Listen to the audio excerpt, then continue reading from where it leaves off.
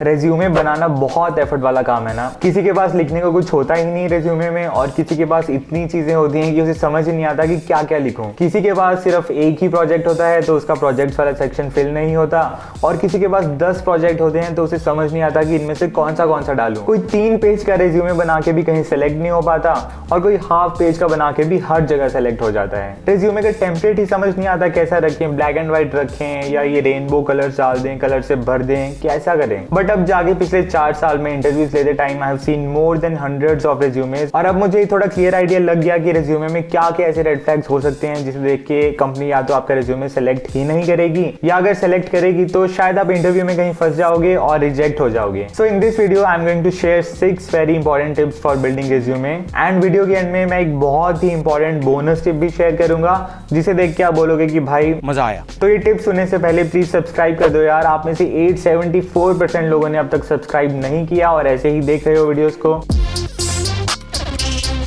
First is size of resume. Does size matter? देखो आजकल सबके पास टाइम की कमी है, इंटरव्यू लेने वाले के पास भी टाइम की कमी है। सो अगर आप उसे 3 या 4 पेज का या 2 पेज का भी रेज्यूमे बना के दे दोगे तो वो 1 पेज से ज्यादा नहीं पड़ेगा कुछ भी। आई एग्री कि आपने लाइफ में बहुत कुछ किया है, आपने बहुत प्रोजेक्ट्स बनाए हैं, बहुत अचीवमेंट्स है आपकी, बहुत आपने इंटर्नशिप्स किए हैं, बहुत शायद आपने जॉब्स भी किए हैं, लेकिन अगर आप इतना लंबा रेज्यूमे बना दोगे हर चीज लिखने के लिए तो कोई भी ध्यान नहीं देगा इतने लंबे रेज्यूमे पे। 1 पेज में ही सब कुछ आ जाना चाहिए। आई थिंक अगर इलॉन मस्क भी अपना रेज्यूमे बनाएगा तो वो 1 पेज में बना डालेगा, 1 पेज में सब कुछ डाल देगा। तो मैं और आप तो कौन होते हैं 3-3 पेज भरने वाले। तो वही चीजें डालो जो एक्चुअली में इंपॉर्टेंट है, जिससे आपको लगता है कि आपकी सिलेक्शन पे कुछ इंपैक्ट हो सकता है। फालतू की चीजें बिल्कुल हटा दो। 1 पेज से तो 1 लाइन भी ऊपर नहीं होना चाहिए। Second is too many projects. तो देखो ऐसा हो सकता है कि आपने शायद एक ही प्रोजेक्ट बनाया हो, एक ही प्रोजेक्ट आपने रिज्यूमे में लिखा हो और उसे देख के ही इंटरव्यूअर खुश हो जाए, और ऐसा भी हो सकता है कि आपने 10 प्रोजेक्ट वहां पे लिखे हो और इंटरव्यूअर उससे सेटिस्फाइड ना हो, वो कन्विंस ना हो। मजा नहीं आ रहा। तो देखो प्रोजेक्ट्स डालते टाइम आपको 2 चीजें दिमाग में रखनी होंगी। फर्स्ट इज जो भी आप लिख रहे हो, जो भी प्रोजेक्ट आप ऐड कर रहे हो, उसके बारे में आपको अच्छे से पता होना चाहिए। क्या क्या किया था, हर एक चीज के बारे में अच्छे से पता होना चाहिए। ऐसा नहीं होना चाहिए कि आपके दोस्त ने बनाया था वो प्रोजेक्ट और आपने उठा के रिज्यूमे में लिख दिया, या आपके ग्रुप में आपने ज्यादा कुछ कंट्रीब्यूट नहीं किया तो भी आपने उठा के रिज्यूमे में अपने लिख दिया कि ये प्रोजेक्ट मैंने बनाया था और उसके बारे में आपको कुछ ना पता हो। ये सब दोगलापन है। अगर ये इंटरव्यूअर को पता चल गया so that's a major red flag और उसके कॉन्सिक्वेंसेस अच्छे नहीं होंगे। एंड सेकंड थिंग इज कि अगर आपके पास बहुत सारे प्रोजेक्ट्स हैं और आप डिसाइड नहीं कर पा रहे कि इनमें से कौन सा प्रोजेक्ट डालूं, सो आप देखो कि ये जो प्रोजेक्ट्स हैं उनमें सबसे ज्यादा इंपैक्ट किसका था। सो फॉर एग्जांपल अगर आपने एप्स बनाई हैं कोई, तो आप देखो कि उसमें सबसे ज्यादा डाउनलोड किस पे आए, या किस पे आ सकते हैं, किसको लोग एक्चुअली यूज कर सकते हैं, किसको आपने प्ले स्टोर पे डाला है या करंटली यूज कर रहे हैं, तो जिसका रियल लाइफ में इंपैक्ट है तो आप उसको लिखो। अगर उसके बाद भी आप डिसाइड नहीं कर पा रहे कि आपको कौन सा प्रोजेक्ट लिखना है, तो जिसमें आपका कंट्रीब्यूशन सबसे ज्यादा था, जिसमें आपने सबसे ज्यादा इंडिविजुअली आपने जिसमें सबसे ज्यादा काम किया था, आप वो लिखो। Third is too much detail. So again कई बार हम भावनाओं में बह के काफी डिटेल में हर चीज के बारे में लिखने लग जाते हैं, अपने प्रोजेक्ट्स के बारे में, अपने जॉब के बारे में, अपने इंटर्नशिप के बारे में, अपनी अचीवमेंट्स के बारे में भर भर के हम लिख देते हैं, पूरे पैराग्राफ लिख देते हैं। बट अगेन आपको दिमाग में रखना होगा कि लेस इज मोर। आपका रिज्यूमे पढ़ने वाले के पास भी इतना टाइम नहीं है कि वो बैठ के इतना बड़ा डिटेल्स को पढ़े अच्छे से। आप जितना उसे क्रिस्प और कंसाइज वे में लिख सकते हो उतना ही आपके लिए अच्छा रहेगा। So what you should do is कि आपको एक हेडिंग लिखनी चाहिए जिसमें प्रोजेक्ट का एक टाइटल या जॉब का टाइटल हो, देन 1-2 लाइन में आपको उस प्रोजेक्ट की डिटेल्स लिखनी चाहिए, एंड 1 लाइन और लिख दो जिसमें उस प्रोजेक्ट का इंपैक्ट होना चाहिए कि आपके प्रोजेक्ट से या आपके काम से कंपनी को क्या फायदा हुआ, क्या उस पे इंपैक्ट हुआ, कंपनी का कितना रेवेन्यू जनरेट हुआ उससे। सो इस टाइप का इंपैक्ट लिख दो। या अगर आपका कोई प्रोजेक्ट था कॉलेज का तो उससे क्या प्रॉब्लम सॉल्व हुई। सो फॉर एग्जांपल आप ऐसा लिख सकते हो, पहले title, then contributed to the backend development of XYZ Android app. This app helped the company generate a revenue of $5 million. और अगर इंटरव्यूअर को इंटरेस्ट हुआ उसके बारे में और सुनने में तो वो खुद आपसे पूछ लेगा, खुद आपसे डिटेल्स पूछ लेगा सब। सिमिलरली अगर आपकी कोई और अचीवमेंट है, like received first prize among 100 contestants in this hackathon, तो आप वो भी लिख सकते हो उसमें। एंड अगेन अगर आपने किसी हैकेथॉन में पार्टिसिपेट किया है तो वो भी एक अचीवमेंट है कि आपने उसमें कुछ प्राइज जीता है, तो वो भी आप रिज्यूमे में लिख सकते हो। Like you can participate in this super amazing hackathon by DevFolio. So DevFolio is bringing their latest online ETH India hackathon called Eternals. ये hackathon 18 Feb से start होगा and it offers a unique opportunity to aspiring developers and expert builders also to get into the Web3 space. So आजकल आपको पता ही है कि Web3 का trend कितना ज़्यादा हो गया है, NFTs, GMs कितना कुछ आ गया है, लेकिन हमें समझ नहीं आता कि इसमें घुसें कैसे, हम स्टार्ट कैसे करें Web3. So इस hackathon में पार्टिसिपेट करके you can meet other smart people working in Web3 and you can build innovative products around gaming, DeFi, NFTs, Metaverse and lot more. You can also get mentorship and interaction sessions with guest speakers including the Polygon founders also, and you can win prizes up to 40 lakh rupees. You can also get a chance to meet your future teammates and you can win a lot of cool swag too. DevFolio ने already more than 10,000 developers को Web3 में onboard करने में help किया है and more than 12,000 products भी launch करवाए हैं. So if you are curious to build for the future, you can participate in this hackathon. You can find the links in the description. You can take your fellow dev friends along and it's absolutely free of cost to participate.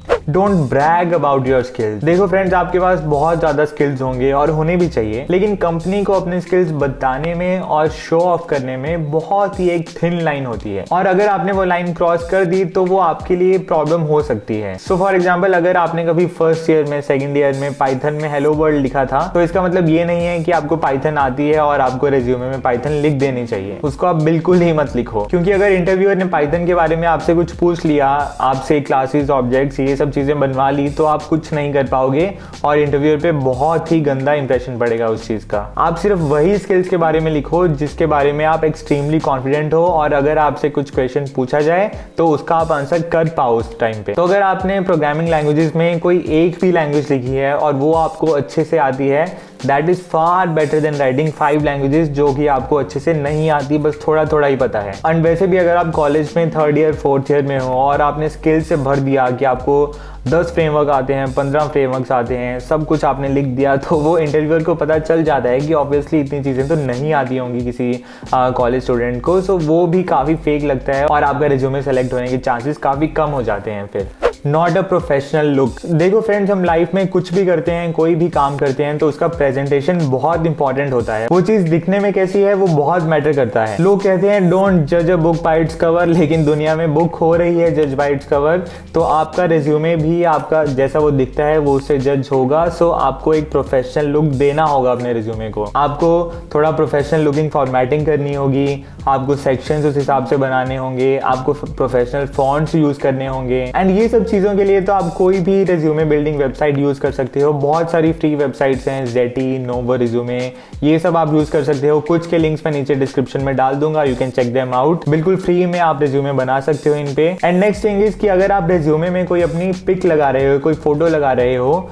तो आप ध्यान रखो कि वो professional photo हो, like वो passport size photo just आपकी face की हो. So that would be better. आप ऐसा नहीं है कि बैठे हो पहाड़ों में चिल कर रहे हो या बीच पे बैठे हो, वो फोटो लगा दो, वो नहीं अच्छी लगेगी रिज्यूमे पे. आप एक सिंपल जो पासपोर्ट साइज फोटो होती है वो लगा दो. Another very important thing is कि आप ट्राई करो जितना कम से कम टाइपोज, जितना कम से कम ग्रामेटिकल मिस्टेक्स आपसे होते हैं वो करो. इसके लिए आप क्या कर सकते हो, आप जो भी लिख रहे हो उसको एक बार आप ग्रामरली ऐप के थ्रू रन कर लो. फ्री में वो सब कुछ फिक्स करके आपको दे देगा. सो अगर आपको लगता है मे बी आपकी इंग्लिश इतनी अच्छी नहीं है, सो आपके लिए कोई प्रॉब्लम नहीं होगी. ग्रामरली खुद ही आपके लिए सब कुछ कर देगा.